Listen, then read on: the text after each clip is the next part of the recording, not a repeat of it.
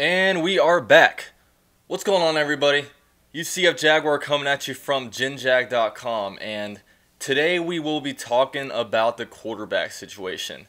Now, this was one of my harder videos to make because this is one of the biggest storylines going into the 2017 season, and that's whether or not Blake Bortles can and will be the franchise quarterback of the Jacksonville Jaguars. So I'm going to go ahead and share with you guys all I think about this position and Blake Bortles.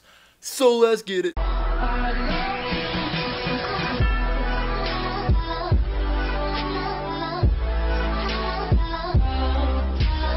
Now, all throughout this offseason, even before free agency period began and the draft started, the Jaguars coaching staff between Doug Marrone and also the front office between Tom Coughlin and Dave Caldwell all said that they do believe that Blake Bortles can be the franchise quarterback as long as they get better around him. And that vote of confidence was confirmed after they went through the free agency period without signing any quarterbacks, and they went through all 7 rounds of the NFL draft without drafting a quarterback. Now, as we all know, 2017 is a make or break year for Blake Bortles. He had a breakout season in the year 2015 where he broke franchise records in passing yards by throwing over 4,400 yards and also breaking the franchise record in passing touchdowns with 35 touchdowns thrown. But he regressed badly in 2016, and this was due to his poor mechanics and his bad decision making that led to a lot of turnovers. And his regression in mechanics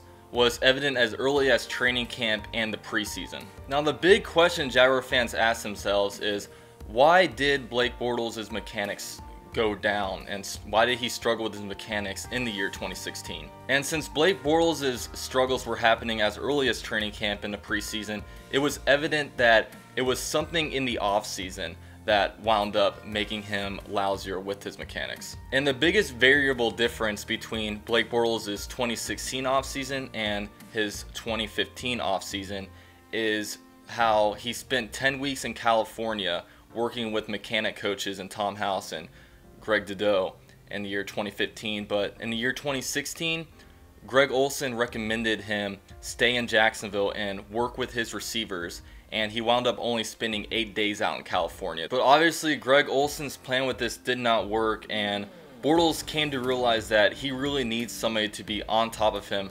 24/7 to be able to make sure his mechanics are able to stay tight. And do I feel comfortable with this? That Bortles has also admitted that he's not necessarily a very natural thrower of the football? Of course I don't. But the thing is, we drafted this guy with the first round pick, and we have to see if there's anything else to salvage out of him. In this offseason, Blake Bortles did things totally different. He went back out to California and spent his 10 weeks over in California before returning to Jacksonville for organized team activities. And at the very end of organized team activities, he announced that he will be flying back out to California until the training camp starts to be able to make sure his mechanics stay tight. Now, this is Blake Bortles simply doing everything he can do and exhausting all his options to be able to have as good of a 2017 season as possible. Now, Bortles took most of the offense's blame and just most of the team's blame for not being able to be a successful team this year. And that's honestly pretty common. He's a quarterback of the team, and naturally when a quarterback is playing bad and the team is doing bad, then they are going to put all the blame at that position. But really, there were a lot of things outside of Bortles that were working against him on the offense, such as receivers not getting open and not getting separation, and also a lot of drop balls by different receivers. We had no run game. Our top 2 running backs in Yeldon and Ivory combined for 904 yards and 2 rushing touchdowns. Julius Thomas sucked ass. He couldn't do anything in the pass game or run game. We had an inept head coach. Talked about it a little bit, with Scott and Nate, and they're kind of me here and there. We had blitzes that weren't being picked up. And also, Bortles was playing through injury. He had a sprained right AC joint, and he was also dealing with tendonitis in his throwing wrist. Now, I'm not trying to take blame away from Blake Bortles or try to distract yourselves from the fact that he did have a pretty bad 2016 season, but it wasn't all him. I mean, we were really bad all around the ball, and you could just tell our whole offense was really out of sync, especially that first half of the year. But luckily we were able to turn it around a little bit when Nate Hackett was hired on after we fired Greg Olson. Now, a lot of fans were upset this offseason because the Jaguars didn't upgrade the quarterback position. The only transaction they made at quarterback was when they restructured Chad Henne's deal to be on a team for another year. Now me, I wouldn't have been opposed to upgrading the quarterback position, whether it be through free agency or the draft.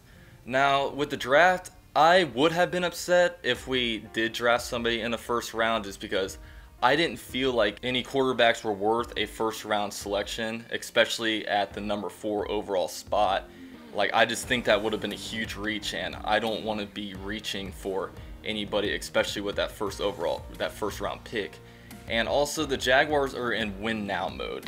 We needed to draft somebody that was going to make an impact, because if we draft a quarterback, we're pretty much going to be shelving him for a year or half a year or however long. And the Jaguar fans are simply tired of waiting around to win.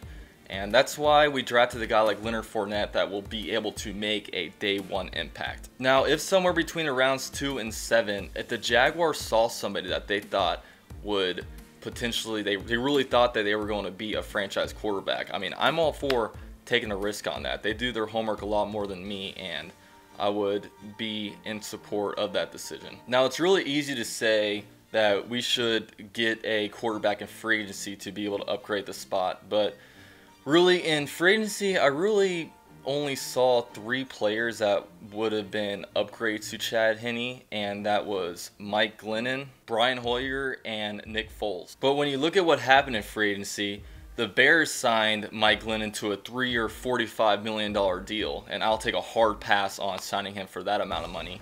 And Brian Hoyer got signed on to the 49ers to be their starting quarterback, so there's no chance that he would consider playing for Jacksonville to compete for a starting spot. And Nick Foles got $7 million guaranteed in his contract this year, while Chad Henne only got $250,000. Now me, I would have been in favor of signing a veteran quarterback to upgrade the backup quarterback position. But one thing that really drove me nuts this offseason was when people were saying, oh, we need to sign a veteran quarterback to be able to push Blake Bortles to be better. Let me give you a list of things that I think will push Blake Bortles a lot more than signing a quarterback like Case Keenum or Ryan Fitzpatrick to the roster. How about the fact that if he doesn't play well on the Jaguars this year, he's going to be looking for a new job next year? How about the fact that his draft quarterback companion, Derek Carr, got signed to a 5-year, $125 million deal, making him the richest player in the NFL? And how about the fact that last year he was quoted by saying that he felt like he was playing so bad that it was really hard to look players in the eye in the locker room. Now, Blake Bortles is a team player. He's a competitor. Say whatever you want to about him when it comes to his skill set and how he is as a quarterback. But if you've ever played any kind of organized sport on a team, you know that your teammates are the players that you go out to war with.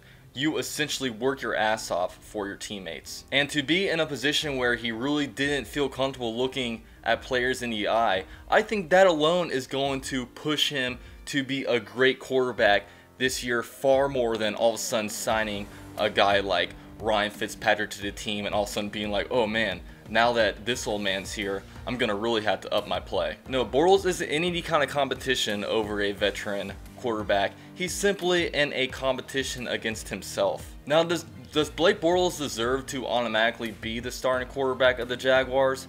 Hell no. I mean, after his play from last year, of course he doesn't deserve that. However, the Jacksonville Jaguars owe it to themselves to figure out if Blake Bortles can be the franchise quarterback, so they don't have to go through this whole thing again next year. And I would hate to all of a sudden replace Blake Bortles and all of a sudden Bortles goes to another team with improved mechanics and an improved team around him and all of a sudden be a good quarterback. Now, if you were to ask me if Blake Bortles can be a franchise quarterback, I really do believe that he can. I mean, if he can hold up his mechanics and be able to keep them tight from week to week and not have to really worry about that too much, I think that he'll be good. And also, I think with an improved run game, that will really open up the play action for him, which is his best strong suit when he's on the run.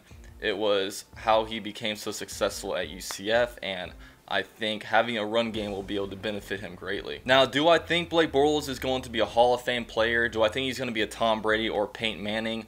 Obviously, no. However, I think that he can be a player like Andy Dalton or a player like Joe Flacco. And the truth of the matter is, if you have a good team around those guys, they can help you win games and win playoff games. I mean, you don't see any of those teams trying to upgrade their starting quarterback spot. Now, you guys may ask me, what do you like about Blake Bortles? What do you see in Blake Bortles that makes you believe that he can be any bit of a good starting quarterback? Now, first of all, some of his intangibles, he has prototype size. He's 6'5". He's a tough player. He can hurt you with his feet. He only had 106 less rushing yards than our leading rusher this year in TJ Yeldon. He's not afraid to sit in the pocket with a blitzer coming down and throw the ball down the barrel to a wide receiver. He's durable. He plays through injuries. He's only missed one snap in his time since he took over Chad Henne as a starting quarterback. He's a real competitor. He cares about the game of football. He's not afraid to air it out. And like I said, he's great in the play action and throwing on the run. Now, I think with an improved run game, it'll put more players in the box, and it really won't. Like a lot of the Bortles' interceptions were due to the fact that he had to force the ball because our running game was so inept. Now, like I said, Blake Bortles is doing everything he can this offseason to become that franchise quarterback. So he's going to exhaust all his options. I mean, he's been to California all offseason, came back for OTAs, went back over to California. He's probably there right now. And he wants to be great. I know he wants to be great, and he's going to really put it all out on the line. That's why I think it's so ridiculous when people say that they need a backup quarterback, a free agent quarterback to really push him to be good. But that's enough about Blake Bortles. I'll go ahead and talk about our number 2 and number 3 spot on the team, and that's Chad Henne and Brandon Allen. Now, Brandon Allen, he was on the roster last year. He never played a snap. Jaguars obviously like him if they were going to hold him for a roster spot last year, as opposed to putting him on a practice squad, because they were worried that he could potentially be picked up by another team. But the way I would handle this is that if Blake Bortles ever needs to be pulled in the middle of a game because of injury or just playing bad, I would put Chad Henne in for that little time between that, just because I think that he's just more experienced and he can come into a game and be a pretty decent game manager. I mean, he's proved to be able to do that. But if you have a full week to prepare for the next game, I'm putting in Brandon Allen, because, I mean, if Blake Bortles does prove to be a bust, they have to know what they have in Brandon Allen, because they could potentially, if he is a pretty decent quarterback, they could go into 2018 and not have to get desperate by signing a quarterback to a bunch of money or investing a first-round pick in a quarterback. So it will be interesting to really see what Brandon Allen has to offer during the preseason. He'll definitely be one of the biggest players to watch. But I'm curious to know what you guys think. Let me know in the comments below. Do you guys think that Blake Bortles will be a franchise quarterback, or are you more on the side that you do not think that he will be one? But that's the end of my video. Before I leave, I want to give a quick shout out to my man Jordan DeLugo. He's the president and founder of Generation Jaguar. And he wrote an article about a week ago about how he feels Fred Taylor deserves to be in the Hall of Fame. And he wrote that article because he really wanted to get the talk about Fred Taylor in the Hall of Fame to really start going.